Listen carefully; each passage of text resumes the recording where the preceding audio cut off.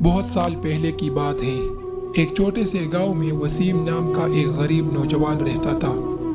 وہ اپنی ماں اور چھوٹی بہن کے ساتھ کچے مٹی کے ایک بوسیدہ گھر میں رہتا تھا۔ وسیم کا باپ چند سال پہلے ہی بیماری کی وجہ سے انتقال کر چکا تھا اور گھر کی ساری ذمہ داری اس کے کندھوں پر آ گئی تھی۔ وسیم تعلیم یافتہ نہیں تھا، اس لیے اسے گاؤں میں کوئی اچھا کام نہیں مل رہا تھا۔ کبھی کسی کے کھیت میں کام کرتا تو کبھی کسی کے لیے لکڑیاں کاٹتا، لیکن اس سے اتنی کمائی نہیں ہوتی کہ وہ اپنے خاندان کا پیٹ بھر سکے۔ وسیم کی زندگی میں ہر روز ایک نئی آزمائش آتی۔ کبھی مزدوری نہیں ملتی تو کبھی جو ملتا وہ بیماری یا کسی دوسرے حادثے میں خرچ ہو جاتا تھا۔ وہ اپنی زندگی کے دکھوں سے اتنا پریشان ہو چکا تھا کہ اکثر سوچتا، میری قسمت میں کیا صرف یہ دکھ اور تکلیف ہی لکھے ہیں؟ کیا کبھی میری زندگی میں کوئی خوشی نہیں آئیں گی؟ وہ ہر وقت مایوس اور افسردہ رہتا۔ اس کی آنکھوں میں امید کی کوئی چمک باقی نہیں رہی۔ گھر میں غربت اور بھوک کا راج تھا۔ رات گہری ہو چکی تھی اور چاند آسمان کے بیچ میں تھا۔ وسیم گھر میں بیٹا اپنے خاندان کی حالت دیکھ کر بے بس محسوس کر رہا تھا۔ اس کی ہمت جواب دے چکی تھی۔ ایک دن ایک آدمی نے وسیم کو مشورہ دیا کہ وہ کسی امیر گھر سے کچھ قیمتی چیز چرا کر بھیجے تاکہ اپنے گھر والوں کا علاج اور کھانا مہیا کر سکے۔ وسیم کا دل اس کام پر راضی نہیں تھا، مگر بھوک اور بے بسی نے اسے مجبور کر دیا تھا۔ وہ رات کے گہرے اندھیرے میں چوری کرنے کے ارادے سے جا رہا تھا۔ راستے میں اس کا گزر ایک چھوٹی سی جھونپڑی کے پاس سے ہوا، جہاں اندر سے روشنی آ رہی تھی۔ جھونپڑی میں بابا عبدالحمید تہجد کی نماز ادا کر رہے تھے۔ بابا کی دعا سن کر وسیم کچھ لمحے کے لیے رک گیا۔ نماز کے بعد بابا نے اسے پیچھے سے آواز دی، بیٹا، اس وقت رات کے اس خاموشی میں تم کہاں جا رہے ہو؟ وسیم گھبرا گیا، اس کا دل تیزی سے دھڑکنے لگا۔ بابا نے اسے اپنے پاس بلایا اور اپنی جھونپڑی میں لے آیا۔ بابا کے چہرے پر محبت اور شفقت تھی۔ وہ وسیم کو اتنا پریشان دیکھ کر حیران تھے۔ بابا نے پوچھا، تم اتنے گھبرائے ہوئے کیوں ہو؟ وسیم نے جھوٹ بولنے کی کوشش کی، لیکن بابا عبدالحمید نے اسے روک دیا۔ بیٹا، تمہارا پڑوسی کچھ دن پہلے میرے پاس آیا تھا اور تمہاری اور تمہارے خاندان کی پریشانی کے بارے میں بتایا تھا۔ وہ بھی تمہاری مدد کرنے کی کوشش کر رہے ہیں، لیکن انہیں ڈر ہے کہ تم اس مایوسی میں کوئی غلط قدم نہ اٹھاؤ۔ بابا عبدالحمید کے الفاظ سن کر وسیم کی آنکھوں میں آنسو آ گئے۔ اس کی ہمت ٹوٹ گئی اور اس نے سب کچھ سچ بتا دیا کہ وہ بھوک اور مجبوری کی وجہ سے چوری کرنے جا رہا تھا۔ بابا عبدالحمید نے وسیم کے سر پر شفقت سے ہاتھ رکھا اور کہا، میرے بچے، تمہاری پریشانی تمہارے ماتھے پر لکھی ہے۔ مجھے بتاؤ، تمہارے دل میں کیا غم ہے؟ وسیم نے روتے ہوئے کہا، بابا جی، میں اپنی زندگی سے تنگ آ چکا ہوں۔ ہر روز مشکلات ہی مشکلات ہیں۔ محنت کرتا ہوں لیکن پھر بھی حالات نہیں بدلتے۔ ایسا لگتا ہے کہ میری نصیب میں صرف غربت اور دکھ ہی لکھے ہیں۔ میری ماں اور بہن بھوکی سوتی ہے اور میں ان کے لیے کچھ بھی نہیں کر پاتا۔ بابا عبدالحمید مسکرائے اور بولے، بیٹا، انسان کا سب سے بڑا دشمن اس کا اپنا دل ہوتا ہے۔ جب دل میں مایوسی آ جائے تو وہ ہر اچھی چیز کو بھی برا سمجھنے لگتا ہے۔ ہر چیز میں صرف اپنی غربت اور محرومی ہی دیکھتا ہے۔ تم کہتے ہو تمہارے پاس کچھ نہیں ہے، لیکن میں دیکھتا ہوں کہ تمہارے پاس اللہ کی دی ہوئی ایک ایسی دولت ہے جو ہر امیر کے پاس نہیں ہوتی۔ وسیم حیران ہو کر بولا، بابا جی، آپ کیا کہہ رہے ہیں؟ میرے پاس تو 1 روپیہ بھی نہیں ہے۔ پھر یہ کون سی دولت ہے جس کا آپ ذکر کر رہے ہیں؟ بابا عبدالحمید نے اپنے کندھے پر لٹکا ہوا کپڑے کا تیلا کھولا اور اس میں سے 2 پتھر نکالے۔ ایک پتھر چمکدار اور خوبصورت تھا اور دوسرا بالکل عام سا۔ انہوں نے کہا، وسیم، ان میں سے ایک پتھر ایسا ہے جو اپنی خوبصورتی کی وجہ سے لوگوں کو اپنے طرف کھینچتا ہے، اور دوسرا پتھر وہ ہے جو اپنی خاموشی میں ایک گہرا راز چھپائے ہوئے ہے۔ تم جب بھی کسی چیز کو دیکھتے ہو تو اس کی خوبصورتی پر غور کرتے ہو، اس کے اصل ہنر کو نہیں دیکھتے۔ وسیم نے کہا، لیکن بابا جی مجھے سمجھ نہیں آ رہی۔ بابا عبدالحمید نے اسے سمجھایا، تم ہر اس چیز پر غم کرتے ہو جو تمہارے پاس نہیں ہے، لیکن تم نے کبھی اس پر شکر ادا نہیں کیا جو تمہارے پاس ہے۔ تمہارے پاس تمہاری محنت کرنے والی 2 صحت مند ہاتھ ہیں، تمہارے پاس سوچنے اور سمجھنے والا دماغ ہے۔ یہ سب سے بڑی دولت ہے جو انسان ہر حال میں اللہ کا شکر ادا کرتا ہے، اس کی پریشانیاں دور ہونے لگتی ہیں۔ بابا عبدالحمید نے وسیم کی طرف دیکھتے ہوئے کہا، بیٹا، انسان کی سب سے بڑی دولت اس کا ایمان اور دل کی پاکیزگی ہے۔ اگر تم چاہتے ہو کہ تمہاری زندگی کے دکھ دور ہو اور اللہ تمہارے رزق کے دروازے کھول دے تو ایک کام کرو، گاؤں کی جامع مسجد میں کوئی زیادہ صفائی کا خیال نہیں رکھتا۔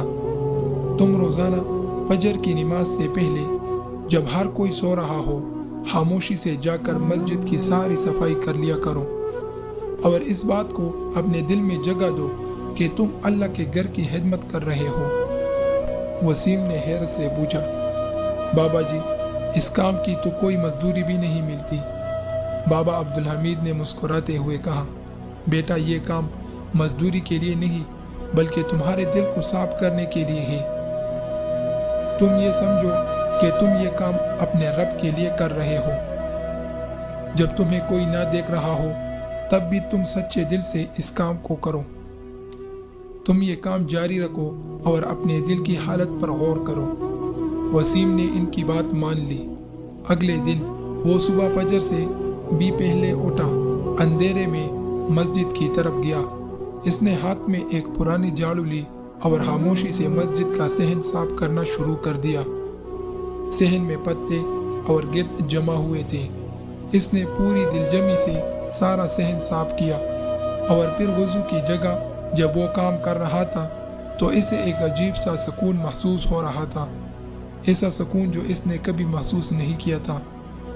اس نے خود سے کہا، یہ واقعی اللہ کا گھر ہے، یہاں آ کر دل کو کتنی تسلی ملتی ہے۔ وہ روزانہ اسی طرح یہ کام کرتا رہا۔ کئی دن گزر گئے لیکن اس کی مالی حالت میں کوئی فرق نہیں آیا۔ ایک دن وہ بہت مایوس ہو کر مسجد کی صفائی کر رہا تھا کہ اس کے پاس سے ایک امیر آدمی گزرا۔ وہ مسجد میں نماز ادا کرنے آیا تھا، اور اس نے وسیم کو اتنی صبح بغیر کسی کے حکم کے مسجد کی خدمت کرتے دیکھا تو بہت حیران ہوا۔ اس نے دل ہی دل میں سوچا، آج کے دور میں بھی ایسے لوگ ہیں جو بے لوث ہو کر اللہ کے گھر کی خدمت کرتے ہیں۔ امیر آدمی نے جب وسیم کو فجر کے وقت اکیلے مسجد کی صفائی کرتے دیکھا تو وہ اس کی سادگی اور عاجزی سے بہت متاثر ہوا۔ جب وسیم اپنا کام مکمل کر کے جانے لگا تو امیر آدمی اس کے قریب آیا اور سلام کیا۔ وسیم نے بھی ادب سے سلام کا جواب دیا۔ امیر آدمی نے پوچھا، میرے بھائی، اتنی صبح اور وہ بھی اس حالت میں کہ ہر کوئی سو رہا ہے، تم اکیلے مسجد کی خدمت کر رہے ہو، کیا تم یہاں نوکری کرتے ہو؟ وسیم نے سر جھکا کر کہا، جناب، مجھے یہاں کوئی تنخواہ نہیں ملتی، میں تو بس اپنے دل کے سکون کے لیے یہ کام کرتا ہوں۔ ہمارے گاؤں کے ایک بزرگ نے مجھے یہ نصیحت کی تھی کہ اگر دل میں سکون چاہتے ہو تو اللہ کے گھر کی خدمت کرو۔ امیر آدمی یہ سن کر بہت خوش ہوا اور کہنے لگا، تمہاری بات نے مجھے بہت متاثر کیا ہے۔ میرا نام تاجر اقبال ہے اور میں ایک تاجر ہوں جو دور دراز سے یہاں کاروبار کے سلسلے میں آیا ہوں، لیکن میرا سامان گم ہو گیا ہے اور مجھے ایک ایماندار اور سچے انسان کی تلاش ہے جو میرے ساتھ مل کر کام کرے۔ تمہاری سچائی اور محنت دیکھ کر مجھے یقین ہو گیا ہے کہ تم وہ شخص ہو جس کی مجھے تلاش تھی۔ وسیم کی آنکھوں میں آنسو آ گئے۔ اس نے سوچا کہ یہ اللہ کی طرف سے اس کی محنت کا انعام ہے۔ اس نے تاجر اقبال کا شکریہ ادا کیا اور اس کے ساتھ کام کرنے پر راضی ہو گیا۔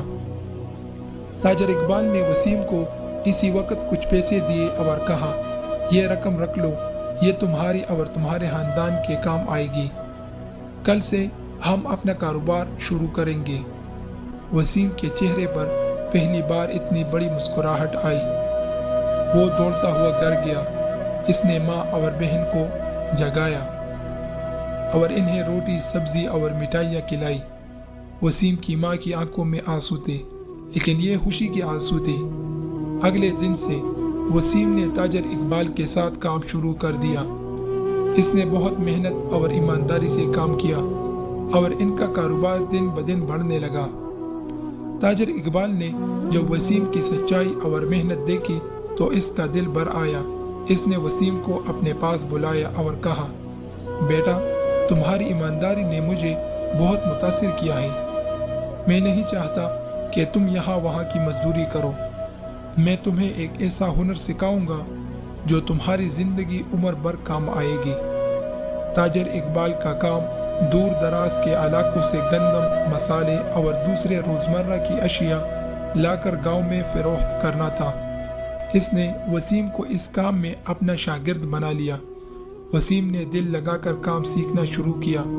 وہ تاجر اقبال کے ساتھ گاؤں گاؤں جاتا، دکانداروں سے بات چیت کرتا اور حساب کتاب کے طریقے سیکھتا۔ وسیم نے رات دن محنت کی اور جلد ہی وہ تجارت کے ہر پہلو میں ماہر ہو گیا۔ کئی سالوں بعد جب تاجر اقبال کا دل اپنے گھر اور خاندان کے لیے بے چین ہوا تو اس نے وسیم کو اپنے پاس بلایا اور کہا، بیٹا، میں اپنے شہر واپس جا رہا ہوں اور اب میں چاہتا ہوں کہ تم اپنی زندگی کی نئی شروعات کرو۔ تاجر اقبال نے وسیم کو تمام ضروری سامان اور کچھ پیسے دیے اور اس کی رہنمائی میں گاؤں کی مرکزی چوک پر ایک بڑی دکان کھلوائی جس میں ہر قسم کا سامان موجود تھا۔ تاجر اقبال نے وسیم کو اس کا نیا کاروبار شروع کرنے میں مدد کی اور پھر ہمیشہ کے لیے واپس چلا گیا۔ گاؤں والے اس کی ایمانداری اور اچھے اخلاق سے اتنے متاثر ہوئے کہ جلد ہی اس کی دکان گاؤں کی سب سے بڑی اور مشہور دکان بن گئی۔ وسیم اب صرف ایک مزدور نہیں تھا بلکہ گاؤں کا سب سے بڑا تاجر بن چکا تھا۔ جب وسیم بہت کامیاب ہو جاتا ہے تو اس کی دکان پر ایک دن ایک بہت غریب اور بیمار آدمی آتا ہے۔ وہ وسیم سے کہتا ہے کہ اس کے پاس کچھ بھی خریدنے کے لیے پیسے نہیں ہیں اور وہ بھوکا بھی ہے۔ وسیم جب اس آدمی کو دیکھتا ہے تو وہ اسے فوراً پہچان لیتا ہے۔